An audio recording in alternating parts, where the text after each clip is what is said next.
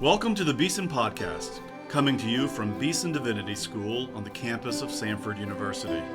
Now your host, Doug Sweeney.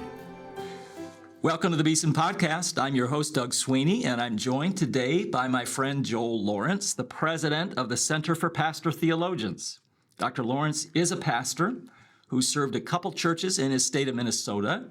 He's also a professor who's taught at Bethel Seminary in St. Paul, Minnesota.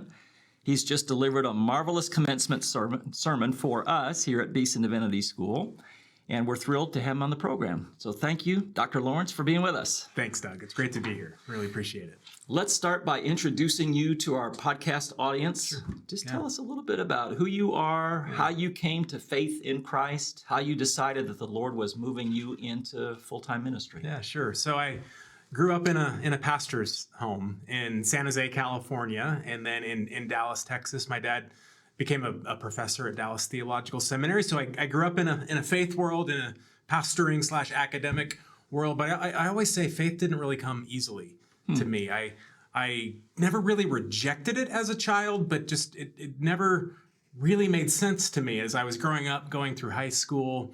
When I went to college, I had a mentor there, a guy who was at that point in time with a group called Campus Crusade for Christ, now called Cru. Yeah, and you went to a secular college. I went to Texas A&M University, and this guy's name was Mark Hurt. He just kind of became a dear friend and a mentor, the kind of person that I could open up to about my doubts, about my struggles. My rebellion was never a pitch the faith kind of a rebellion. It was just an internal, lots of questions, lots of grappling with the truth of the gospel and the reliability of the scriptures and all of those kind of things. And Mark had a daughter born, an infant child.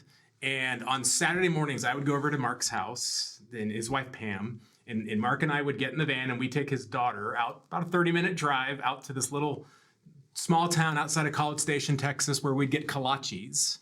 And we would just talk over kolaches. All right. And in one of those drives, I said to him, Mark, I'm still struggling. I don't know if I believe in this stuff. And he said to me, Joel, you just need to go live like there is no God.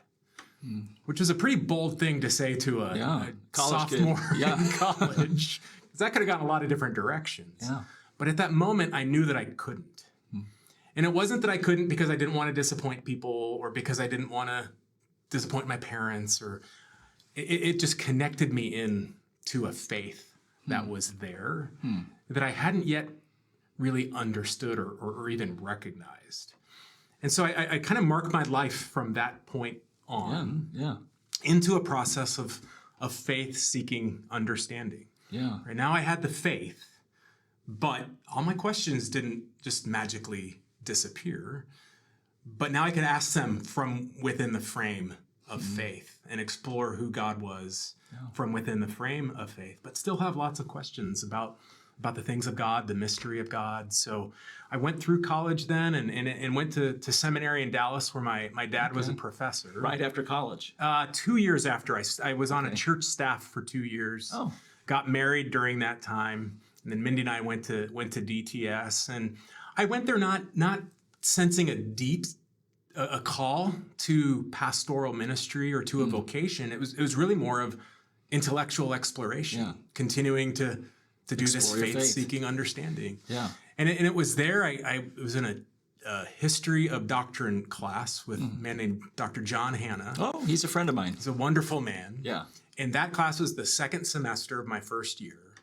And my wife will tell you, I changed in that class. Oh. I found a sense of vocation. I found a sense of direction in church history and studying the history of the church. And that's really then what carried me through to grad school. Can you give us just maybe 30 more seconds? I mean, this is the church historian in me wanting to know this. So how did that class do that for you? So I think I found myself for the first time really understanding I'm connected to a much bigger thing. Yeah. And the church has thought about a lot of the things I'm thinking about over centuries. Right. And so it connected me into that questioning, exploring history of the church, the working out doctrines, the conversations that the church had over sometimes centuries to figure things out. And those questions are a vibrant part of the life of the church. And so I think seeing that the history of doctrine and how the church has thought these things through really connected me to my own soul, my own questioning, but put it again, and it had been in the frame of faith. Now it was in the frame of the church and the church's vital life of theology. Yeah. If we can stay on this season of your life for just one more question. I've got certain kinds of listeners in mind when I ask this question. So you had that really significant experience as a sophomore in college. Yeah. But by the time you were done with college, you were thinking not already yet that you had been called to pastoral ministry, but that you wanted to work at a church. Yeah, yeah. So what was that? That's pretty fast. Yeah. A lot of students who come to Beeson have similar stories. How did you figure out after that time in your sophomore year that you were that ready to serve a church? And then how did that turn into a sense that the Lord was moving you into pastoral ministry? So yeah, I never left the church. In all of my struggling and all of my questioning, I always stayed connected to a community of faith. Yeah. And I was a part of that, a church in College Station that was very important to me. This guy, Mark, was a part of that church as well. And some of the other pastors I got to know there, and they came alongside me as well. And so I think as things started to fall into place, the working out my faith within the church was kind of a non-negotiable. It just was the way that it seemed like I was called to do it. So then I think as I journeyed through that, as I came to understand it more, then going to seminary, it was in seminary that's where I really sensed the calling to ongoing academic ministry. Okay. I'm not like a pure academician kind of a person, but with the sense of I want to continue to do my own exploration, but also a realization that the evangelical church and kind of my tradition of the evangelical church and even more broadly, we don't have the historical perspective to see the way that the church has wrestled with its questions. And two, we don't often create spaces for people to go deeply into theology and bring their questions with them and bring their concerns. And I think because of my experience, I wanted to be a part of helping other people do that. So my initial calling was to academic ministry. Yeah. And Did you go straight to Cambridge from Dallas? Yeah, straight out of DTS, right over to Cambridge. We left late September 2001, about 2 weeks after September 11th. We got on a plane and flew over to the UK and over there for 4 years, and wonderful experience there. Okay, one more question that's kind of autobiographical. And again, it's with certain kinds of listeners in mind here. And this will set up our Center for Pastoral Theologians conversation well, I think. Yeah. So from early on, you had ecclesial, churchly interests you wanted to serve, and you were a pastor's kid, so you had a good feel for what that would be like. But you also had pretty strong kind of theological interests, academic interests. You really wanted to explore the faith that the Lord had given you. Did those two things in you coincide from the beginning? Was there a season in your life where you were trying to figure out how God wanted you to put those passions together in your life? Yeah. Or how did that go? Because you wound up being a pastor for a while, a seminary professor for a while, and now you're president of the Center for Pastoral Theologians. So how does the president of the Pastoral Theologians look back on this season of his life and kind of sort out how God was sort of readying you for the kinds of ministry he gave you to do? So there's a couple of pretty clear junctures along the way. One is when I started to really get curious about academic theology in a new way and thinking about going and doing a PhD. I had a conversation with my dad, who had been a pastor, was now a professor at a seminary. Yeah. And what he said to me was, he said, Joel, it's great if you want to do academic theology. It's great if you want to go do a PhD, but your impact is always going to be as a pastor. What your students will remember is your pastoral care for them. Yeah. And I think that started to link those two things more deeply than I had realized before. And that comes a lot out of who my dad is as a pastor who for many years pastored churches and then moved into the academy, but also always was kind of a pastor within that. And so I think his vocation kind of linked up with mine in some new ways. And then when we moved to Minnesota from the UK, I can remember it very clearly. I was driving down the street, Highway 96 in the northern suburbs of the Twin Cities, and drove by a church. We've been visiting a couple of churches, drove by a church, and I haven't had this happen too often in my life, but there is a very clear direction from God that was the church that we were supposed to be at. Wow. And we obeyed that call. We went to that church, and after not too long, they invited me to become the teaching pastor of the church. Well, how'd that go? While I was at the seminary full time. You keep reminding me of St. Augustine with your faith-seeking understanding, and now you're being conscripted into pastoral ministry here. That's pretty good company. Yes. I'll take it. Yeah, but we went to that church, and it was after a couple years, the guy who had been the teaching pastor there moved on, and I had been doing some interim preaching, and they invited me to be the teaching pastor. It was a multi-site church, but had live preaching at both sites, and so there was a senior pastor, and then I was a teaching pastor of this site, and what happened then was the ministry in my classroom really started to change because I could now talk from my lived experience as a pastor immediately. Right. Like I've been in staff meetings this week, and we're dealing with this at our church, and now how does theology matter in this question or in that question? Yeah. And I think that was another place, having had that call from God to be at that church, that calling to be a teaching pastor, and then how that started to impact my classroom, but then also in new ways living out, okay, if this is what I believe theologically, and now I'm preaching and teaching every week with people who are in all walks of life, how do I really pastor them theologically?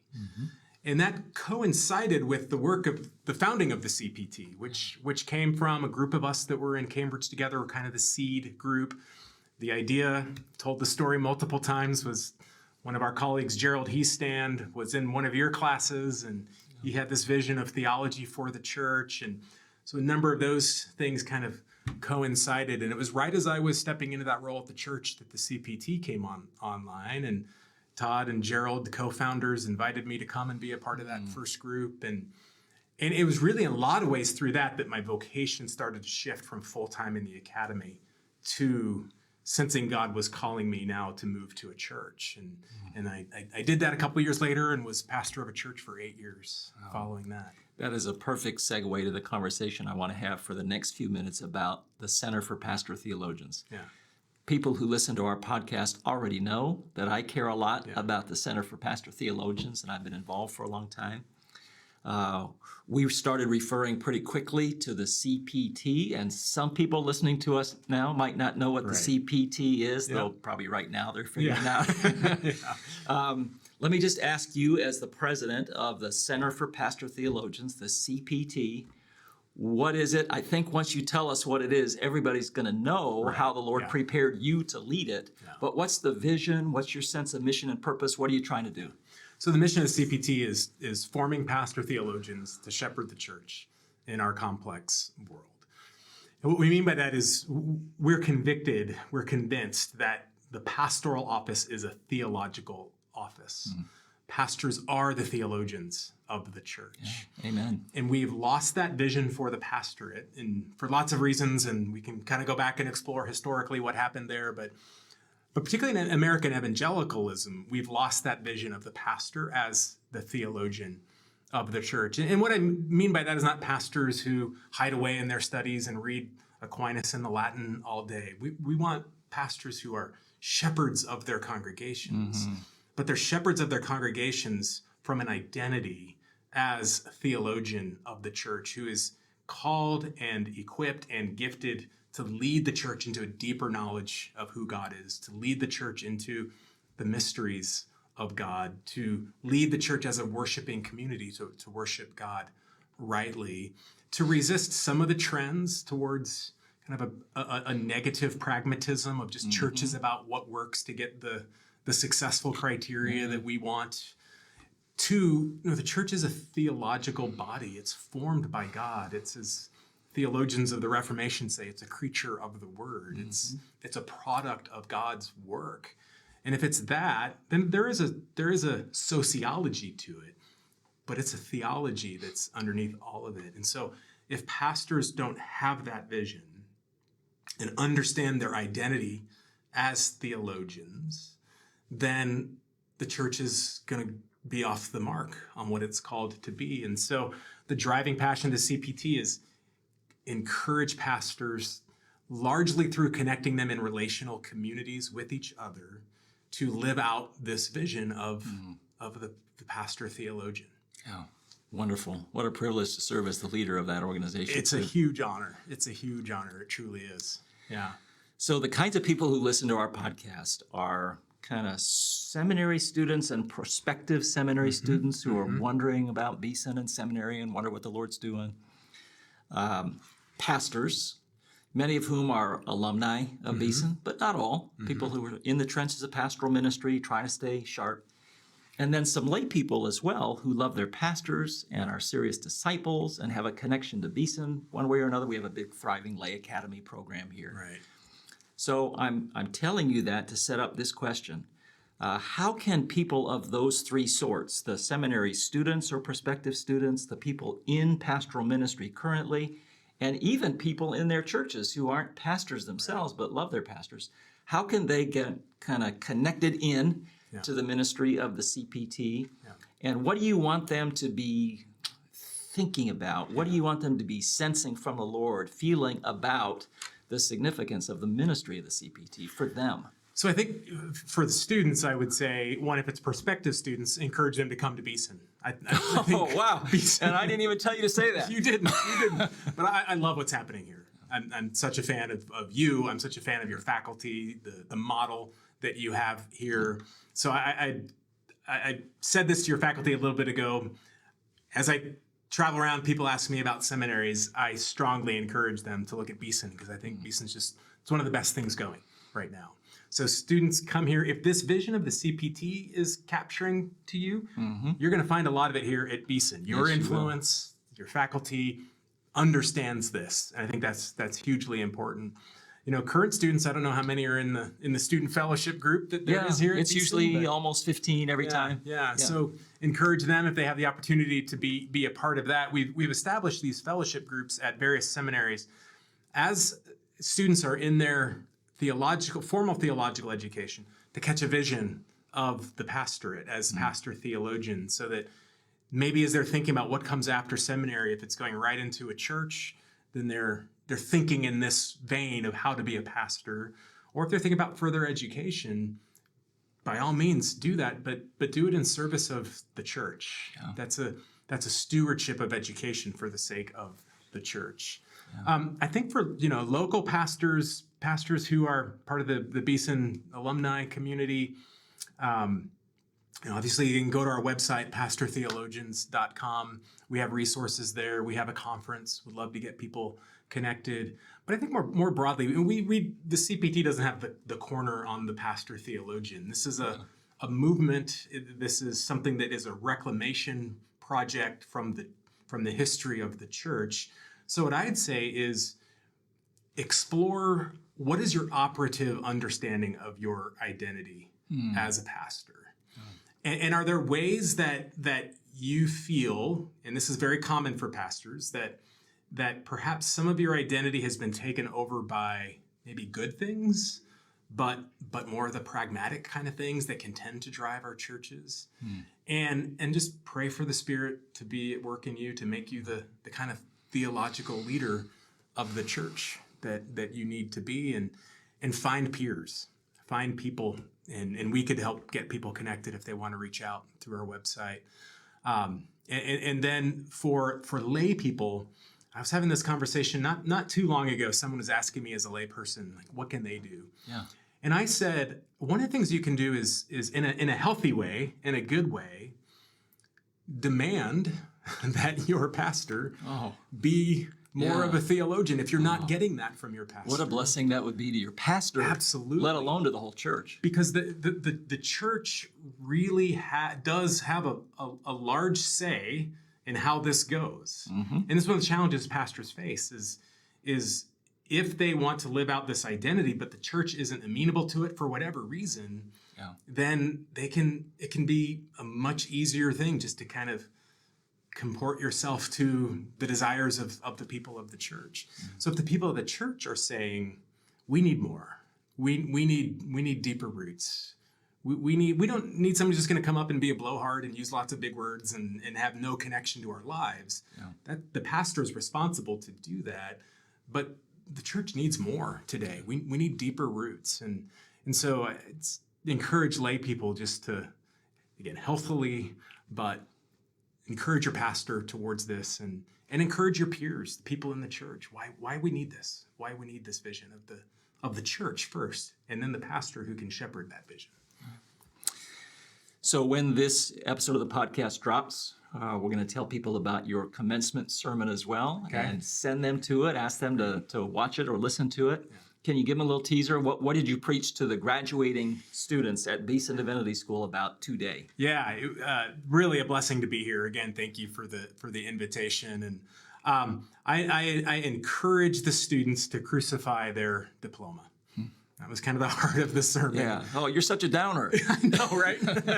This wonderful celebratory thing, and here I come talking about crucifixion. Oh, but it was beautiful the way you talked about it. My encouragement was out of 1 Corinthians 1, the foolishness of God, the weakness of God, and this biblical theme that we see, and we see it in Paul's ministry, we see it throughout the apostles' ministry, we see it in the call to take up the cross. God uses that which God crucifies.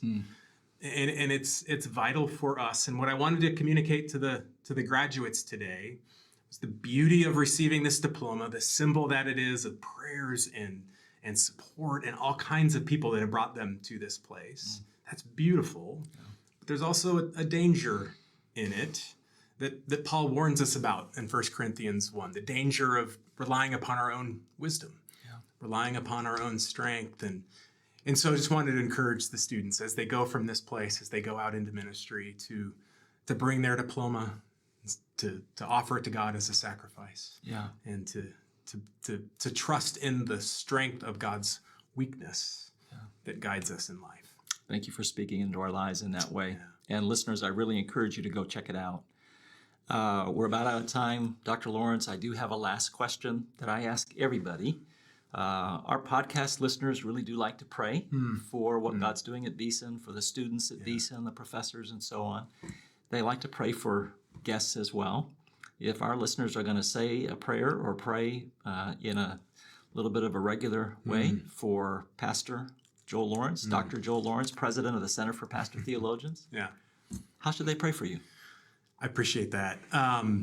A couple things on a personal level. We've got 4 kids, and 3 of them are in college, and we're in that season of life as we have no money. Well, there's that piece, but there's also the just shepherding our kids through this season. It's fun. It's scary as we're starting to see, just wondering where they're going to end up and where life's going to take them. And so just appreciate prayers for our family if people would be so kind to do that.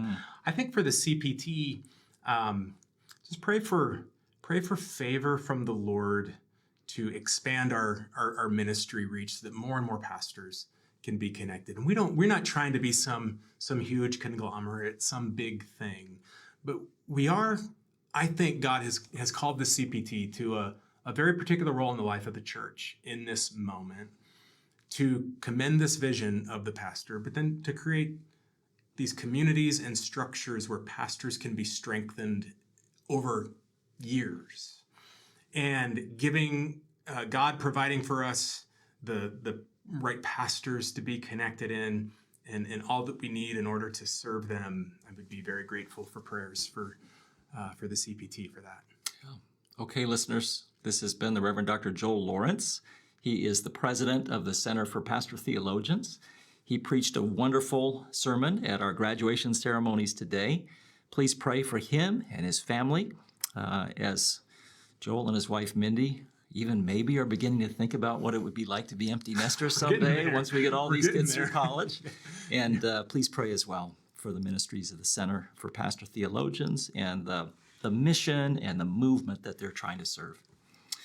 Thank you for tuning in. We're praying for you too. We love you, and we say goodbye for now. You've been listening to the Beeson Podcast, coming to you from the campus of Samford University. Our theme music is by Advent Birmingham. Our announcer is Mark Janolette, our engineer is Rob Willis, our producer is Neil Embry, and our show host is Doug Sweeney. For more episodes and to subscribe, visit beesondivinity.com/podcast. You can also find the Beeson Podcast on iTunes, YouTube, and Spotify.